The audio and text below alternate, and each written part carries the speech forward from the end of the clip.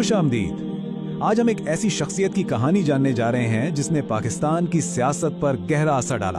हम बात करेंगे खादिम हुसैन रिजवी की और समझने की कोशिश करेंगे कि एक आलिम दीन, एक खतीब कैसे मुल्क की एक बहुत बड़ी सियासी कुव्वत बन गया। तो कहानी का सबसे बड़ा और शायद सबसे हैरान कुन सवाल यही है कि आखिर व्हील चेयर पर बैठा एक शख्स पूरी हुकूमत के लिए चैलेंज कैसे बन गया। ये सवाल ही उनके पूरे सियासी सफर का महवर है। अच्छा, तो ये समझने के लिए कि वो इतनी बड़ी सियासी शख्सियत कैसे बने, हमें बिल्कुल शुरू से देखना होगा। आइए उनकी जिंदगी के इब्तिदाई दौर पर नजर डालते हैं, जहां उनकी फिक्र की बुनियाद रखी गई, यानी ईमान और रिवायत पर। उनका सफर शुरू होता है 1966 में अटक के एक मजहबी घराने में। उन्होंने अपनी इब्तिदाई जिंदगी रिवायती इस्लामी मदारिस में तालीम हासिल करते हुए गुजारी और एक आलिम दीन के तौर पर पहचान बनाई, और इसी इल्म की बुनियाद पर वो पंजाब के महकमा औकाफ में खतीब के तौर पर भी खिदमत अंजाम देते रहे। लेकिन उनकी तमाम तकारीर और पूरी जिंदगी का एक मरकजी नुक्ता था, और वो था हजरत मोहम्मद सल्लल्लाहु अलैहि वसल्लम से गहरी मोहब्बत और अकीदत। यही वो जज्बा था जो बाद में उनकी पूरी तहरीक की बुनियाद बना और जिसने लाखों लोगों को उनकी तरफ खींच लिया। लेकिन कहानी यहाँ से एक नया मोड़ लेती है। ये सिर्फ एक आलिम की दास्तान नहीं है।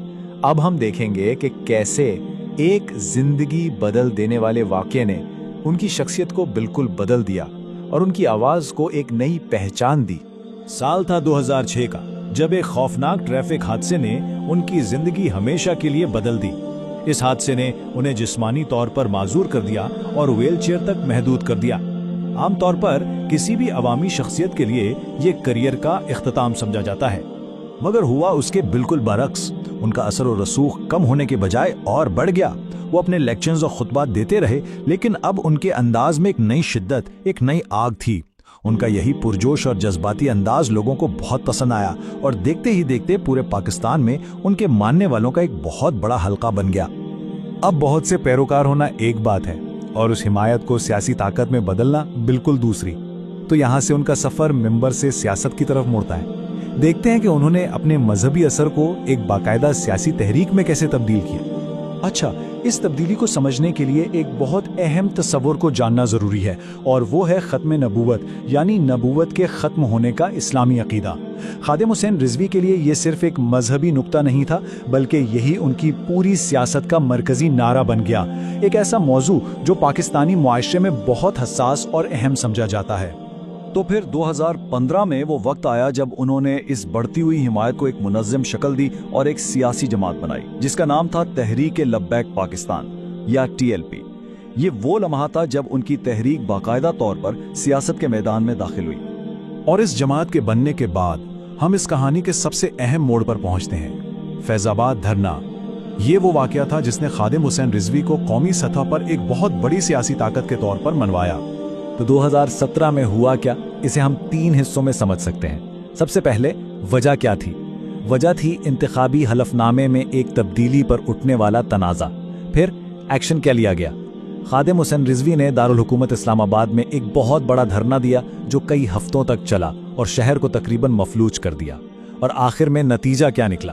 हुकूमत पर इतना दबाव पड़ा कि उस वक्त के वजीर कानून को इस्तीफा देना पड़ा। इस एक वाक़े का असर बहुत गहरा था। जैसा कि कहा जाता है कि इस वाक़े ने उन्हें पाकिस्तान के सियासी और मजहबी मंजरनामे की एक इंतहाई ताकतवर शख्सियत बना दिया। ये उनकी सियासी ताकत का एक खुला मुजाहरा था।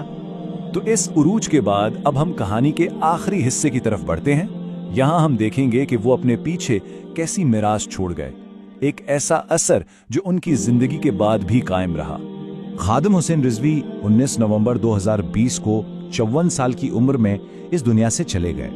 लेकिन इनके जाने से इनका असर खत्म नहीं हुआ, बल्कि इनकी वफात के बाद जो कुछ हुआ उसने इनकी मीरास पर होने वाली बहस को और भी गहरा कर दिया।